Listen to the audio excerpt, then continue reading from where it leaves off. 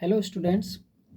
हम आज स्टार्ट करेंगे क्लास 11th का चैप्टर नंबर 5 डिमांड। ओके। सबसे पहले देख लेते हैं कि जो डिमांड है, डिमांड करता कौन है। तो स्टूडेंट्स, डिमांड जो है एक कंज्यूमर करता है। फॉर एग्जांपल, राम एक कंज्यूमर है, उसको चॉकलेट्स खरीदने हैं। सपोज़ उसको 10 चॉकलेट बाय करनी है, तो वो एक शॉपकीपर के पास जाता है और बोलता है कि मुझे ना 10 चॉकलेट दे दो, और 10 रुपए की एक चॉकलेट है। तो देखा जाए, जो राम है वो क्या कर रहा है, डिमांड कर रहा है कि उसको चॉकलेट चाहिए। तो यहाँ पर राम क्या हो गया, हमारा कंज्यूमर हो गया, और वो क्या कर रहा है, डिमांड कर रहा है। तो सबसे पहले डिमांड को देखते हैं उसकी डेफिनेशन से। एक्चुअल में डिमांड की डेफिनेशन क्या है, उसके नज़रिए से पहले हम पढ़ते हैं। Demand is basically when a consumer is willing and able to purchase a fix quantity of a commodity at various price in the market during a given period of time. Means, जब एक consumer willing होता है and able to purchase होता है अ fix quantity of a commodity at various price.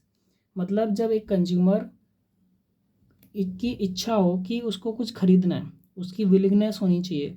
और able to purchase मतलब उसके जो वो एबल भी होना चाहिए खरीदने के लिए, मतलब वो योग्य भी हो किसी भी क्वांटिटी को, किसी भी कमोडिटी को खरीदने के लिए, और जिस भी क्वांटिटी में वो खरीदना चाहता है।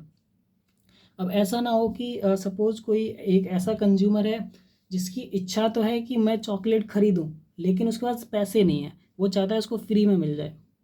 तो देखा जाए, उसकी इच्छा तो है लेकिन वो एबल नहीं है, वो योग्य नहीं है चॉकलेट को खरीदने के लिए।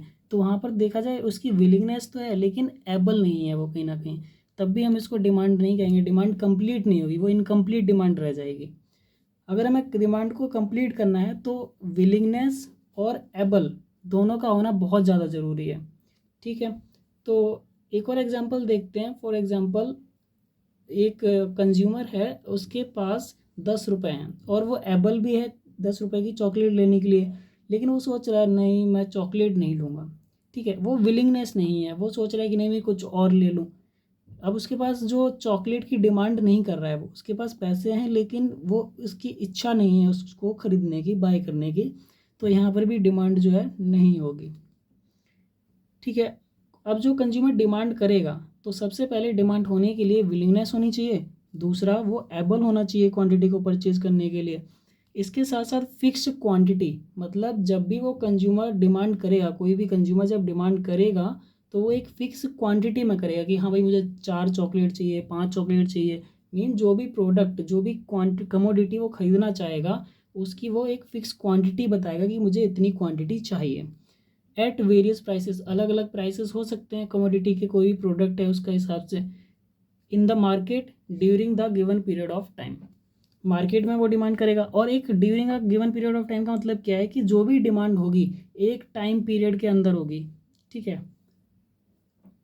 जैसे कि मैंने यहाँ पर एक एग्जांपल लिया है आपके लिए, जैसे कि Mohan demand 40 kg of wheat, 70 rupees per kg in every month.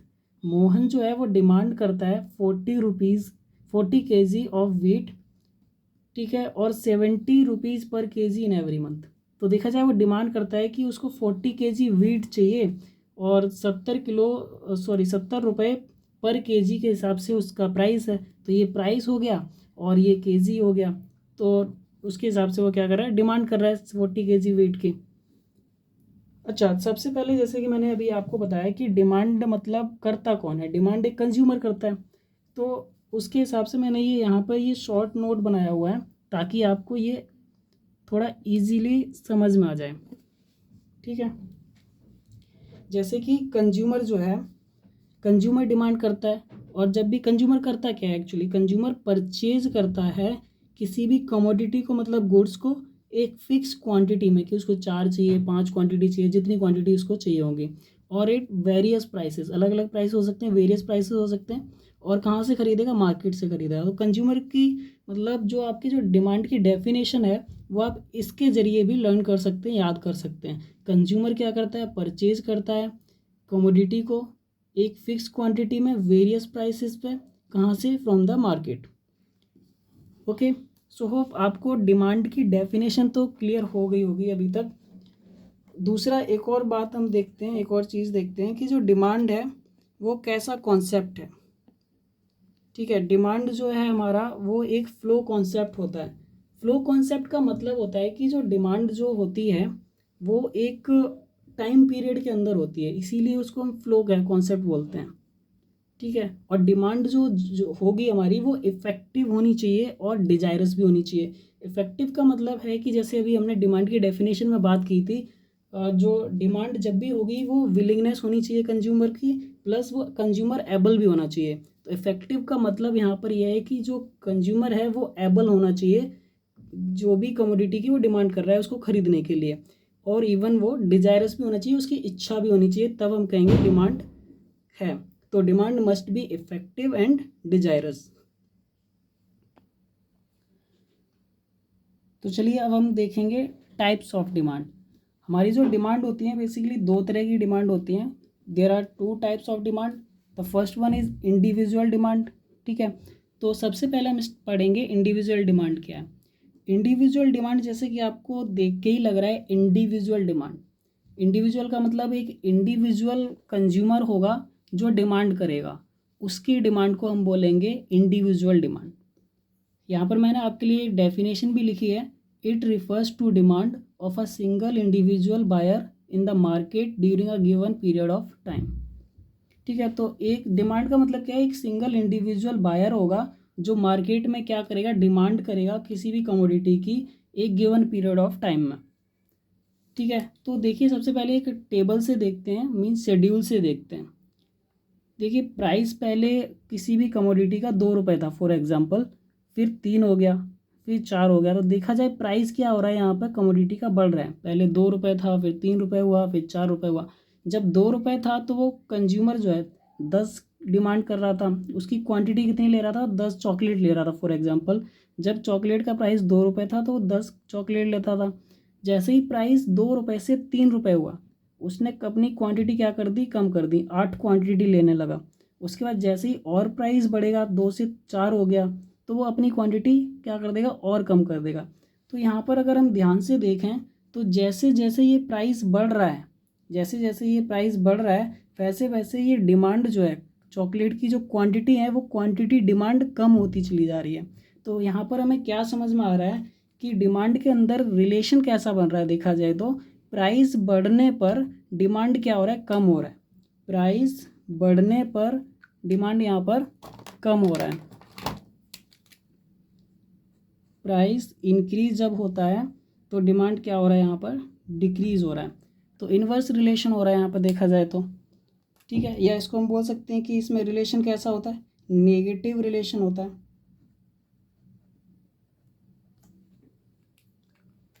ठीक है, साइड में आपके लिए एक डायग्राम भी बनाया है मैंने, एक ग्राफ बनाया है जो कि ये शेड्यूल जो बना है उसी के बेसिस पर है। तो देखिए मैंने ये जो आपका वाई एक्सिस है, वाई एक्सिस पे ये प्राइस लिया हुआ है, और एक्स एक्सिस पे आपका ये क्वांटिटी डिमांड लिया है। इसका मतलब ये है कि जब प्राइस 2 रुपये है तो डिमांड कितनी हो रही है, 10 की डिमांड हो रही है, 10 की डिमांड कर रहा है। जैसे ये प्राइस 3 रुपये हो गया, प्राइस बढ़ गया, प्राइस ये ऊपर की तरफ बढ़ रहा है ये। ठीक है, प्राइस ऊपर बढ़ रहा है, तो यहाँ पर देखा जाए डिमांड पहले ये जो 10 थी वो शिफ्ट होके अंदर की तरफ आ गई है, शिफ्ट होके अंदर की तरफ आ गई, मतलब कम हो रही है, डिमांड 8 हो गई। फिर ये प्राइस देखो और बढ़ गया, 3 से 4 हो गया। तो जैसे ही 3 से 4 और ऊपर प्राइस गया तो जो डिमांड थी हमारी पहले 8 थी वो और कम हो गई, शिफ्ट हो गई बैकवर्ड। तो हमारी डिमांड और कम हो गई, 5 पे आ गई। तो इससे क्या समझ में आ रहा है कि जैसे जैसे प्राइस ये बढ़ रहा है वैसे वैसे ये डिमांड क्या हो रही है, बैकवर्ड शिफ्ट हो रही है, डिमांड कम हो रही है। और इसी के साथ साथ ये जो कर्व बन रहा है वो आपका कैसा कर्व बन रहा है, ये जो इस तरीके से, इसको हम बोलते हैं डाउनवर्ड स्लोप। ठीक है, तो जो हमारा कर्व होता है ये डाउनवर्ड स्लोपिंग होता है, मतलब नीचे की तरफ जाता हुआ। तो यहाँ पर हमारा इंडिविजुअल डिमांड भी कंप्लीट हो गया। अब देखते हैं मार्केट डिमांड को। मार्केट डिमांड क्या है, जैसे आपको देख के ही लग रहा है मार्केट में एक कंज्यूमर तो होगा नहीं, मार्केट में तो बहुत सारे कंज्यूमर होंगे यहाँ पे। तो यहाँ पर हम जो बात करेंगे वो केवल एक इंडिविजुअल बायर की बात नहीं करेंगे, यहाँ पर बहुत सारे बायर्स की बात करेंगे हम। यहाँ पर एक बायर नहीं होगा हमारे पास, बहुत सारे बायर्स होंगे, उसको बोलते हैं मार्केट डिमांड। ठीक है, तो जैसे कि आपको डेफिनेशन से सुनने से ही लग रहा है कि बहुत सारे बायर्स मिला के जो हमारा बनेगा वो मार्केट डिमांड बनेगा। तो आइए इसकी डेफिनेशन देखते हैं एक बार। It is the sum of all individual buyers demand. ठीक है, जितने ये सम होता है ऑल इंडिविजुअल बायर्स डिमांड का, मतलब सारे इंडिविजुअल बायर को मिला के हम क्या बोलते हैं, मार्केट डिमांड बोलते हैं। ठीक है, एक गिवन पीरियड ऑफ टाइम में, वही जो आपकी पहले की डेफिनेशन थी वैसा ही, बस यहाँ पर डिफरेंस क्या है कि ये सम टोटल होता है ऑल इंडिविजुअल बायर्स का। शेड्यूल से समझते हैं एक बार। जैसे कि यहाँ पर आप देख पा रहे हैं कि ये जो प्राइस है, ठीक है, प्राइस पहले 2 रुपये था, फिर 3 रुपये हुआ, फिर 4 रुपये हुआ, प्राइस बढ़ रहा है। वैसे वैसे जो आपका ये कंज्यूमर ए है, ये कंज्यूमर बी है, कंज्यूमर सी है, कंज्यूमर डी है, ये 4 कंज्यूमर मैंने यहाँ पे लिया है। तो देखा जाए यहाँ पर एक कंज्यूमर नहीं है, एक से ज़्यादा कंज्यूमर है। जब एक से ज़्यादा कंज्यूमर हैं इसका मतलब ये क्या है, ये आपका मार्केट डिमांड है। ठीक है, तो 2 रुपये था तो आपकी क्वांटिटी कितनी थी, जब चॉकलेट मान लो 2 रुपये की आती थी तो कंज्यूमर 10 क्वांटिटी डिमांड करता था। जब प्राइस और बढ़ गया, 3 रुपये की चॉकलेट हो गई तो डिमांड उसने और कम कर दी, 8 क्वांटिटी। इसके बाद और प्राइस बढ़ गया तो क्वांटिटी और कम हो गई। ये तो था एक ही बात की हमने। सेम इसी प्राइस के बढ़ने से हमारा जो बी का है, बी जो कंज्यूमर है उसकी डिमांड में क्या इफेक्ट आ रहा है, उसमें क्या चेंज आ रहा है वो देखते हैं। 2 रुपये से 3 रुपये हुआ तो पहले ये 15 क्वांटिटी डिमांड करता था, बी जो बायर है वो अब क्या कर रहा है, 3 होने पर 13 क्वांटिटी, उसके बाद 4 होने पर 10 क्वांटिटी। तो देखा जाए बाकी के जो सी और डी है इनका भी जो क्वांटिटी है वो कम हो रही है, 5, 4, 2, 10, 9, 8। तो देखा जाए क्वांटिटी कम होती जा रही है। उसके हिसाब से फिर हम इन सब को ऐड कर देंगे तो ये मार्केट डिमांड कितनी हो गई, 2 रुपये से पहले डिमांड कितनी थी, 40 थी, फिर 3 जब प्राइस बढ़ा तो डिमांड और कम हो गई, फिर और कम हो गई। इस तरीके से सबकी हम टोटल कर लेते हैं सभी डिमांड को, उसको हम बोलते हैं मार्केट डिमांड। अगर इसका हम ग्राफ देखें, ग्राफ के अकॉर्डिंग समझना चाहें तो वो इस तरीके से है। ठीक है, तो ये जो आपका डिमांड कर्व है ये आपका ए का है, ए बायर का, ये बी बायर का, ये सी बायर का और डी बायर का। ठीक है, और इन सबको अगर हम ऐड कर देते हैं, इनको प्लस कर लें, सभी को जोड़ दें, ठीक है, तो आपका एक नया डिमांड कर्व बनेगा जो कि कुछ फ्लैटर टाइप बनेगा। ये क्या स्टीपर है। ठीक है, ऊपर के जो इंडिविजुअल डिमांड कर्व थे वो स्टीपर थे। स्टीपर का मतलब होता है कि झुका हुआ, जो आपका डिमांड कर्व होगा वो झुका हुआ होगा। ठीक है, और जो फ्लैटर होता है वो थोड़ा आगे की तरफ फैला हुआ होगा। तो क्योंकि ये कॉम्बिनेशन है बहुत सारे इंडिविजुअल बायर्स का, इस वजह से ये क्या होता है, ये थोड़ा फ्लैटर होता है एज़ कम्पेयर टू आपके जो इंडिविजुअल बायर होते हैं उससे। तो क्लास हमारा यहाँ पर मार्केट डिमांड की डेफिनेशन और टाइप्स ऑफ डिमांड हमारा कंप्लीट हो गया। नेक्स्ट टॉपिक हम स्टार्ट करेंगे फ्रॉम नेक्स्ट वीडियो।